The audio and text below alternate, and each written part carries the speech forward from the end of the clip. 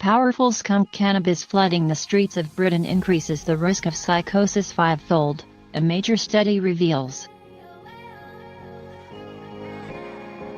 The problem is so widespread that nearly a third of psychosis cases in London are caused by the drug, researchers found. They warned that 94% of all cannabis available on the streets of the capital is now in the form of skunk. It is cultivated to have super high levels of the psychoactive ingredient THC, making it up to 10 times more powerful than the weed and hashish common 20 to 30 years ago. Researchers from King's College London studied 2,100 people in 11 cities in Europe and South America in the biggest study of its kind. They found that the link with psychotic disorders such as schizophrenia and paranoid delusion was strongest in London and Amsterdam, the two cities where high-potency cannabis is most commonly available. Voices for legalization of cannabis have been growing in recent months, buoyed by the government's decision to permit limited use for medical treatment. The researchers warned against following the lead of Canada and the American states of Colorado and California, where legalization has seen the potency increase. And they said that even medicinal cannabis oil, available in the UK for a very limited number of people, should come with a warning of psychosis as a possible side effect. Professor Sir Robin Murray, one of the researchers, said, "If you are going to legalize, unless you want to pay for a lot more psychiatric beds and a lot more psychiatrists, then you need to devise a system in a way that will not increase the consumption and will not increase the potency. Because that is what has happened in the US states where there has been legalization for recreational use.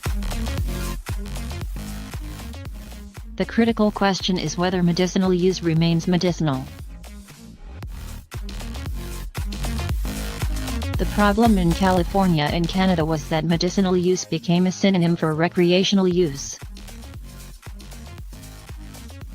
You could go on the internet and tell a doctor, I have headaches, I have back pain, I feel better if I have cannabis.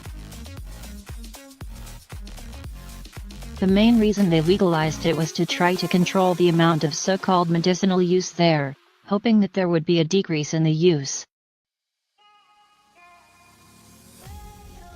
There was not a risk of that in the UK at present because cannabis oil is strictly controlled.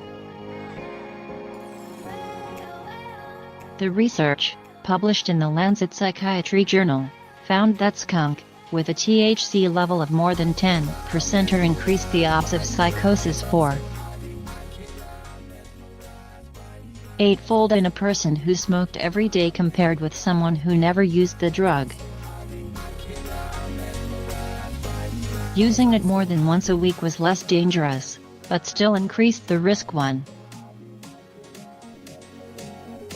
6-fold. Low-strength cannabis, with a THC level below 10% increased the odds of psychosis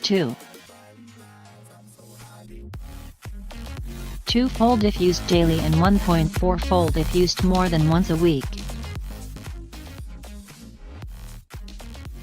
Study leader Dr. Marta Di40 said the effect of skunk on mental health is so high that in cities where it is widely available it has a huge impact on numbers diagnosed with psychotic disorders.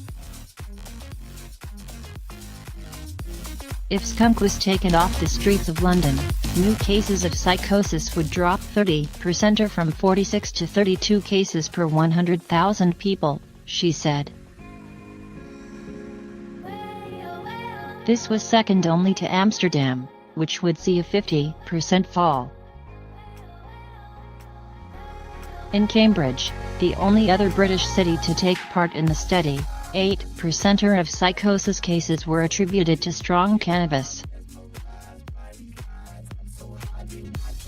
Dr. Di40 said even low-THC cannabis oil, used for epilepsy and MS, should come with a warning of possible mental health effects.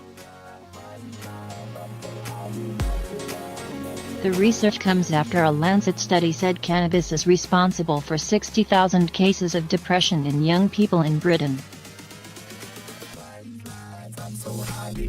Psychosis is a much rarer condition than depression, so the numbers affected will be far smaller, but the consequences are generally far more serious.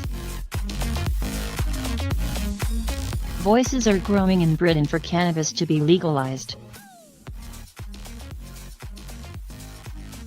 Former Deputy Prime Minister Sir Nick Clegg says making mild forms legally available would stop people using skunk.